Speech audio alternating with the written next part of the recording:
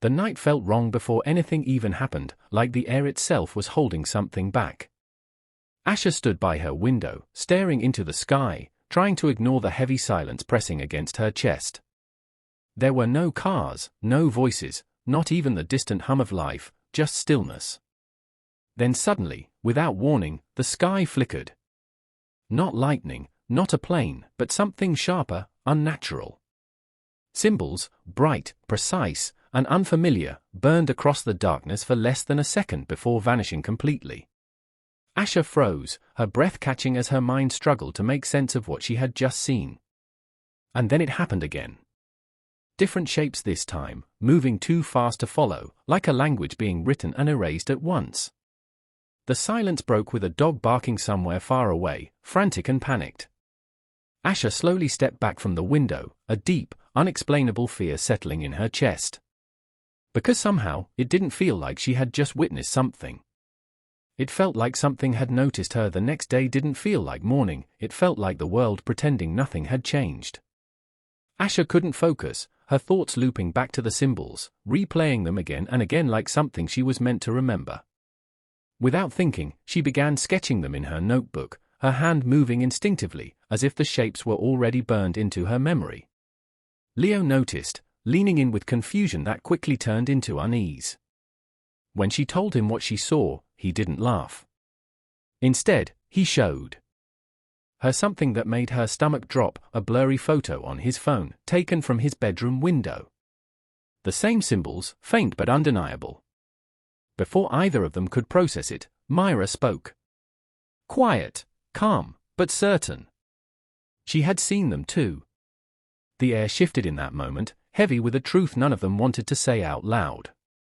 This wasn't a coincidence. This wasn't imagination.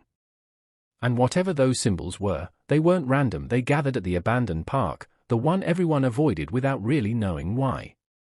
The place felt wrong, like it had been left behind by time itself. Asha laid out her sketches on a cracked stone bench, her hands slightly trembling as the wind picked up around them, cold and unnatural. Mira watched closely, her expression unreadable, before finally revealing something she had kept hidden. Her grandmother had seen these symbols before. Not in the sky, but in old writings, passed down like warnings no one believed anymore. As they arranged the drawings together, Leo noticed a pattern forming. Certain shapes repeated, always in the same order, like pieces of a sentence waiting to be understood. Slowly, carefully, they aligned them, and what they saw made the air feel heavier. The symbols weren't just shapes. They were structured. Intentional. And worst of all, they were counting down. Something had started before they even noticed. And it was already closer to the end that night. The silence returned, but this time, it wasn't empty. It felt occupied. Asha stood by her window again, her reflection faintly visible against the darkness outside, her eyes scanning the sky as if waiting for it to happen again. When it did, it was stronger, brighter, more deliberate. The symbols lingered longer this time, just enough to feel like they were being shown, not just happening. A pressure built in the air, thick and suffocating. Then she saw it. Across the street, under the weak flicker of a streetlight, a figure stood completely still. It didn't move. It didn't shift. But she knew, without question, it was looking directly at her. Her heart pounded as she stepped back, her breath uneven. Leah's voice trembled through the phone, whispering about sounds outside his house, something scraping, slow and deliberate. Then Mira's message came through, short and chilling, don't let them finish the sequence. And just like that, the feeling became clear. Whatever had started in the sky wasn't staying there. The truth didn't come all at once, it came like something being uncovered piece by piece, each part worse than the last. Mira showed them the notebooks her grandmother had left behind, pages filled with the same symbols, drawn over and over again, surrounded by notes that felt more like warnings than explanations. The air in the room felt thick as they flipped through them, the paper worn and fragile, as if it had been handled too many times in fear. One phrase stood out, written again and again, darker each time, when the sky speaks clearly, the door is nearly open. Asha felt a cold weight settle in her chest as she realized what that meant. The symbols weren't just being seen, they were being sent. And Greyburn wasn't just a random place. It was where something could come through. Then they found the date. Not in the past. Not long ago. Tomorrow, that night, everything felt wrong in a way that couldn't be ignored anymore. The town was too quiet, lights flickering without reason, the air humming with something low and constant. Asha, Leo, and Mira stood in the park again, but this time it didn't feel abandoned, it felt watched. The sky exploded with symbols, flashing rapidly now, no longer separate but forming a continuous, flowing sequence. The ground beneath them vibrated faintly, as if responding. Leo tried to speak, but his voice felt distant, drowned out by the overwhelming presence pressing down on them. Mira searched desperately through the notes, her hand shaking, trying to find something, anything, to stop it.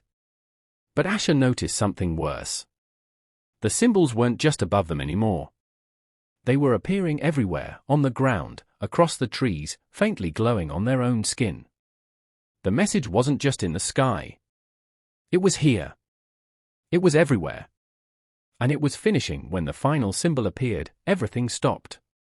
Not slowly, not fading, just gone. Sound disappeared. Movement vanished. Even the air felt still, like the world had paused itself. For a moment, there was nothing. And then, the sky opened. Not like it was breaking, but like something behind it was finally being revealed. It wasn't empty. Shapes moved within it, massive, distant, impossible to understand, yet undeniably aware. Asha felt her thoughts slipping, like something was reaching into her mind, searching, learning. Leo collapsed beside her, unable to process what he was seeing. Mira stood frozen, her eyes reflecting something no human was meant to witness. And then, just as suddenly as it began, it ended. The sky closed.